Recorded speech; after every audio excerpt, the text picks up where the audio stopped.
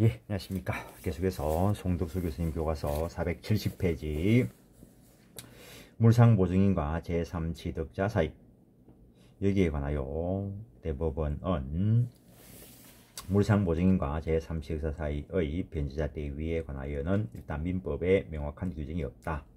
근데 보증인과 제3취득자 사이의 변제자 대위에 관하여 482조 제1항 1호는 보증인은 미리 전세권이나 저당권의 등기에 그 대위를 부기하지 아니하면 전세물이나 저당물의 권리를 취득한 제3자에 대하여 채권자를 대위하지 못한다고 규정하고 있고, 역시 482조 제2항 제2호는 제3세자는 보증인에 대하여 채권자를 대위하지 못한다라고 규정하고 있다.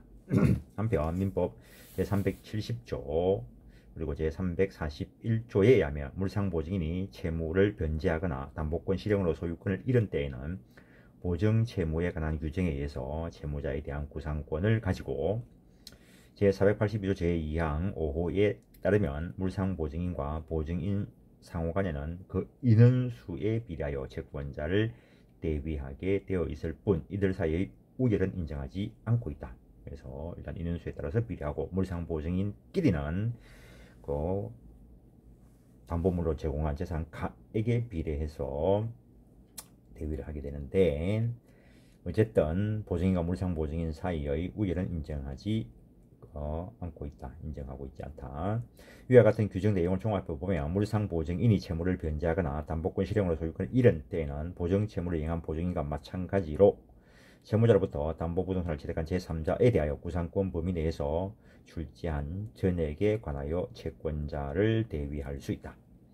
반면에 채무자로부터 담보부동산을 취득한 제3자는 채무를 변제하거나 담보권 실형으로 소유권을 잃더라도 물상보증인에 대하여 채권자를 대위할 수 없다고 보아야 한다라는 것. 471페이지 제3취득자 사이 2인 이상의 제3취득자가 있고, 그들 중 1인이 변제하거나 담보권이 실행되어 소유권을 잃은 경우에는 그는 각 부동산 가액에 비례하여 다른 제3취득자에 대하여 채권자를 대위한다라는 거.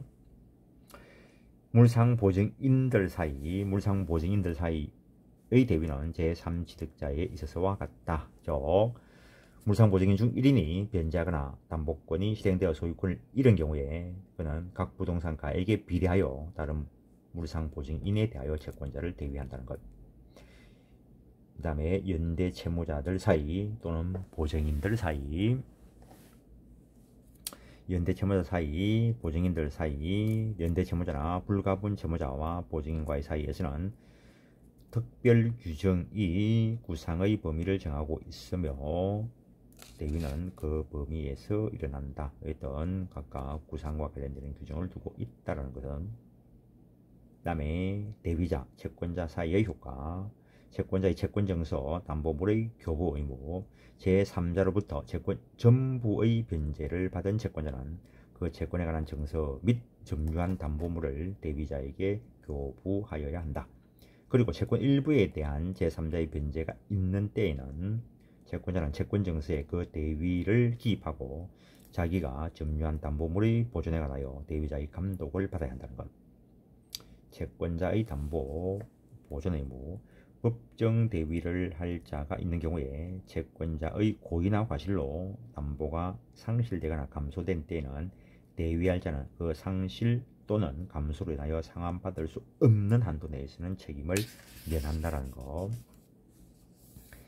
그 정도 하시고 475페이지를 보시죠. 제3자의 일부 변제 후에 계약이 해제된 경우, 제3자의 일부 변제가 있은 후에 채권자가 채무 불이행을 이유로 계약을 해제한 경우에 채권자가 이미 받았던 변제는 비체 변제가 된다라는 거. 해제돼서 소급조로 계약 관계가 소멸되었으니까 변제할 필요가 없는 게 변제됐으니까 비체 변제가 된다. 근데 민법은 이 경우에 악의의 부당이득에 준하여 특별한 반환의 의무를 인정하고 있다. 즉 그때 채권자는 대위자에게 변제한 가액과 이자를 상환하여야 하고, 한편 제3자가 전부 변제한 경우에는 채무불이행 및 그로 인한 해제권이 생길 수 없다. 당연하죠. 전부 변제됐으니까 채권이 원래 가지고 있는 채권이 이 제3자에게 이전되었죠. 따라서 그때는 해제권이 생길 수 없다. 당연한 이야기죠. 그 다음에 대물변제 목차 한번 간단하게 보시죠. 화면을 보십니다. 채무자가 부담하고 있는 본래의 급부에 가름하여 다른 급여를 현실적으로 함으로써 채권을 소멸시키는 채권자 변제자 사이의 계약인데, 이거 요물계약이라고 보는 것이 일반적입니다. 당연히 당사자 간의 합의 내지 계약이 있을 것. 합의, 계약, 동의어죠. 계약이기 때문에 당연히 당사자는 능력이 있어야 된다. 대물변제는 계약이 아니다라고 하고 봤죠. 그래서 이 대물변제는 지금 계약이다라고 하고 있는데, 계약은 법률행위이기 때문에 이 당사자는 원칙적으로 권리능력, 의사능력, 행위능력까지 다 있어야 되겠죠. 채권이 있기 때문에 대물변제하는 거죠. 본래의 급부하면은 채무 내용에 따른 이행이 되겠죠. 그래서 다른 급부를 하는 거죠. 이때 본래의 급부와 대물 급부는 동가치일 것을 요하지는 않는다는 거. 물론 폭리행위에 의해서 무효가 될 수는 있죠. 104조 당사자의 공박, 경솔 또는 무경험을 하여 상대방이 그것을 이용을 해서 현저한 불공정한 법률행위를 했을 때는 104조에서 무효로 한다라는 거. 효과, 변제와 같은 효력이 있기 때문에 채권 소멸되고 부정성에 의해서 담보권도 소멸한다는 거. 만약에 대물변제로 급부한 목적물에 하자가 있다면 매도인의 담보 책임에 관한 법리가 준용된다라는 것.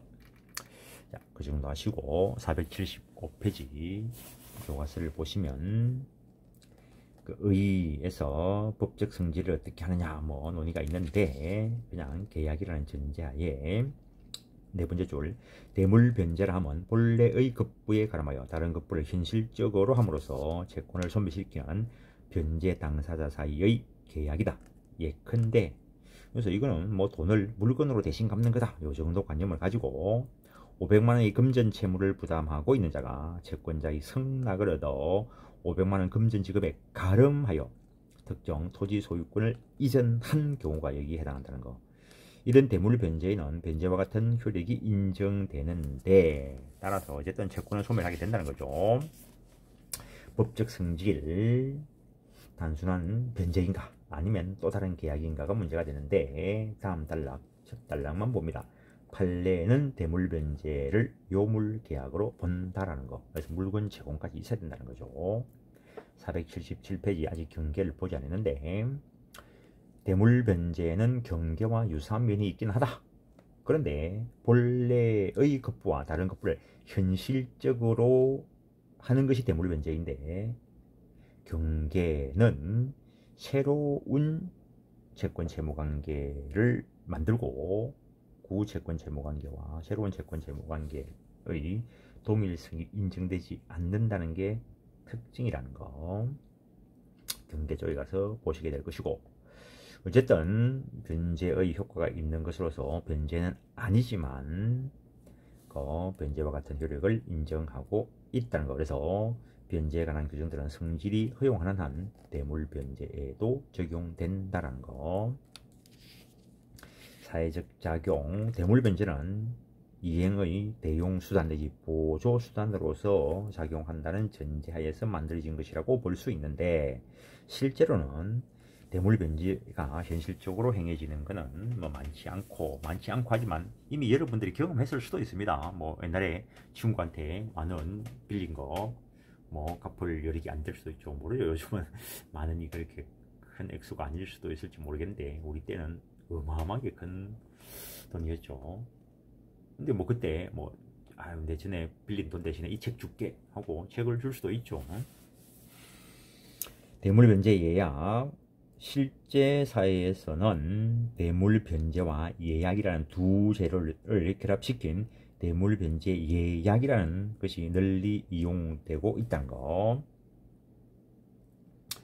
그래서 나중에 돈 못 갚게 되면은 이 책을 나중에 그때 가서 줄게, 뭐 대신 갚을 걸, 물건으로 대신 갚을 걸 예약해 두는 수가 있다는 거죠. 그리고 그것은 대물변제 본래의 목적과는 거리가 멀게 채권 담보 목적으로 이용되고 있다. 뭐 상대방 쪽에서 야, 내 지금 돈 빌려주는데 이 돈 나중에 못 갚으면은 네가 가지고 있는 민법책 내한테 그걸로 대신 갚아. 뭐 그리고 계약을 할 수도 계약을 할 수도 있죠. 예약 계약. 그러면 그 책이 중요하면은 무슨 수를 쓰더라도 돈을 갚으려 하겠죠.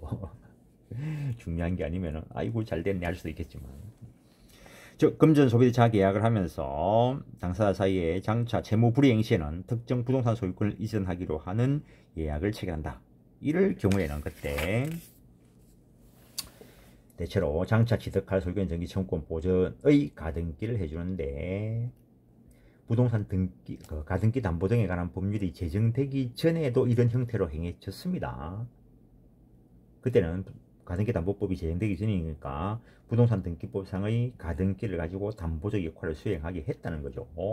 근데 그게 폭리 등이 발생하니까 그걸 방지하기 위해서 가등기 담보 등에 관한 법률을 제정하게 됐다는 거죠. 근데 어쨌든 간에 대물변제 예약에서 채권자의 폭리 취득이 문제되기 때문에 민법은 607조, 608조에서 폭리를 제한하고 있다는 거죠. 폭리를 못하도록 하게 되면 무효를 한다는 그런 내용을 두고 있다는 거죠.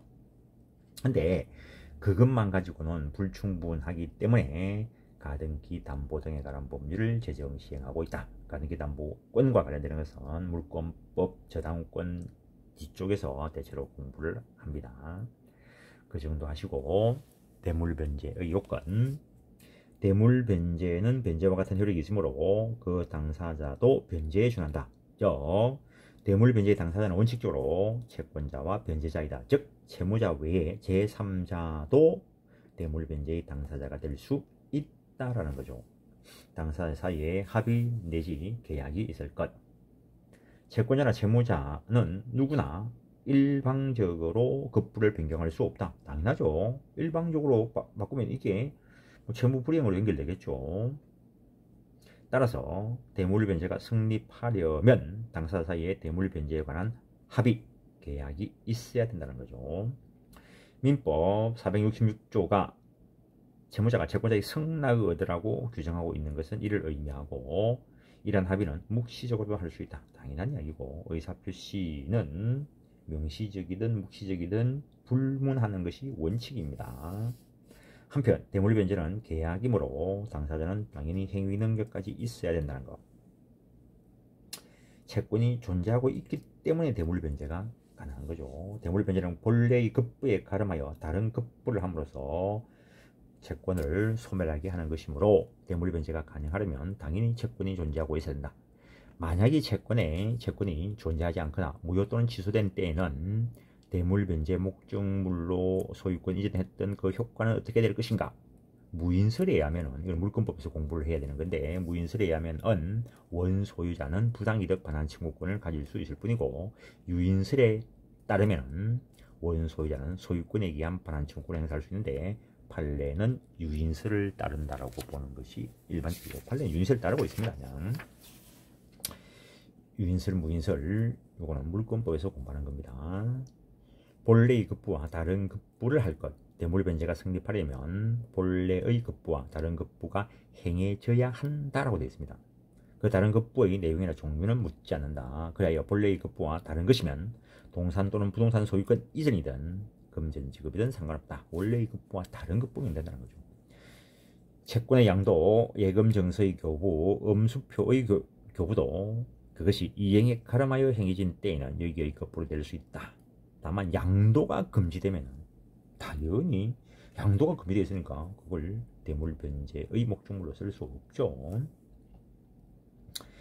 대물변제는 요물계약이므로 그것이 성립하려면 본래의 급부와 다른 급부를 단순히 약속하는 것만으로는 부족하고 그 다른 급부를 현실적으로 해야 된다는 것. 따라서 다른 급부가 부동산 소유권 이전인 경우에는 당사자 의사표시 외에 등기까지 완료되어야 대물변제가 되고, 물론 그 등기는 유효해야 되고 등기가 되었더라도 원인 무효의 등기로서 말소되면 당연히 대물변제 효과가 생기지 않는다는 것. 그 점도 하시고 480페이지 본래의 급부와 다른 급부는 가치가 같을 필요는 없다는 거. 이때 대물급부의 가치가 채무액보다 크더라도 초과액에 이자에 충당되는 것도 아니고 거기에 607조, 608조가 적용되는 것도 아니다는 것. 607조, 608조는 대물변제 예약에 대해서 규정했던 겁니다. 지금은 현실적인 대물변제된 걸 이야기하죠. 다만 대물급부와 본래급부 사이에 현저한 불균형이 있는 때에는 104조의 규정에 따라서 불공정한 법률행위가 될 수 있다라는 거. 이거 보면은 옛날 판례죠. 옛날 판례. 지금은 나아가 그 대물급부가 부동산으로서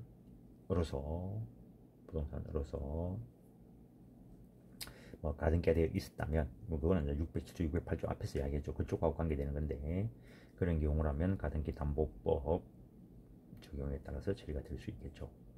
본래의 채무 이행에 가름하여 다른 급부를 행하여 다른 급부가 행해질 것 대물변제가 성립하려면 다른 급부가 이행을 위하여 즉 본래 채무 변제의 수단으로서가 아니고 이행에 가름하여 본래 채무를 소멸시키기 위하여 행해져야 된다는 것. 따라서 단순히 이행을 위하여 대물급부가 행해진 때는 대물변제로 되지 못하고 따라서 채권은 소멸하지 않는다. 그래서 이게 문제가 되는 게 음수표를 변제수단으로 교부한 경우가 된다는 것. 음수표의 교부가 변제를 위하여 한 것이라면 대물변제가 아니고 따라서 채권은 소멸되지 않고 새로운 음수표와 관련된 채무가 추가되는 결과가 된다는 것. 만약에 음수표 교부가 변제에 가름하여 한 것이면 대물변제가 되어 그때는 채권은 소멸된다는 것. 근데 구체적인 경우에 이들 중 어느 것에 해당하는지는 여러 가지를 가지고 판단해야 될 것인데 그러나 특별한 약정이 없으면 변제를 위하여 행해진 것으로 추정해야 된다라는 거. 그래서 변제에 가름하여가 아니고 변제를 위하여. 그러면 변제를 위하여 되면 일종의 담보적 역할을 하게 될 것이고 뭐 채권자가 손해보지 않겠죠. 다만 신용 있는 은행이 발행한 자기압 수표를 교부하는 것은 금전과 마찬가지로 거의 지급되니까 금전 지급에 가름한 것으로 추정해야 될 것이다라는 거. 다음에 482페이지 채무자가 제3자에 대하여 가지고 있는 채권을 양도하는 것도 당사자의 사이에 특별한 의사표시가 없다면 기존 채무의 변제를 위하거나 이건 담보 목적 또는 담보를 위한 것으로 추정해야 된다. 채무 변제에 가름하여 양도한 것으로 볼 것은 아니다는 거. 채권이 양도되었다고 해서 그 양수인이 항상 그 뭐 채권 확보할 수 있는 것은 아닐 것이고 따라서 그 경우 채권 양도가 있으면 바로 원래 채권이 소멸한다고 볼 수 없고 채권자가 양도받은 채권을 변제받은 때에 비로소 그 범위 내에서 채무자가 면책된다라는 것. 대물변제 효과. 대물변제에는 변제와 같은 효력이 있다는 것. 따라서 대물변제가 있으면 채권이 소멸하게 되고 그리고 채권을 위한 담보권도 소멸한다. 당연한 이야기죠. 채권이 소멸되면 거기에 붙어있는 담보권들은 부송성 때문에 소멸된다는 거. 대물변제는 채무 일부에 관해서도 행해질 수는 있다는 거. 그래야 예컨대 채무자가 채권자와 대물변제를 확정한 급여 중 일부만을 이행한 경우에도 채권자가 이를 수령하면 채무 일부에 관하여 유효한 대물변제를 한 것으로 보아야 한다는 것. 그런데 대물변제 예약이 체결되어 있는 한 그것은 원칙적으로 채권 전부의 대물변제에 관한 것이라고 체계할 것이기 때문에 채권 일부에 대한 대물변제를 주장하는 자가 그 사실을 입증해야 될 것이다라는 거. 다음에 대물변제 급부 목적물에 흠이 있으면은 대물변제자가 담보 책임을 진다라는 것. 그래서 이번 시간은 여기까지 하고 다음 시간에 공탁을 보겠습니다. 예, 감사합니다. 수고하셨습니다.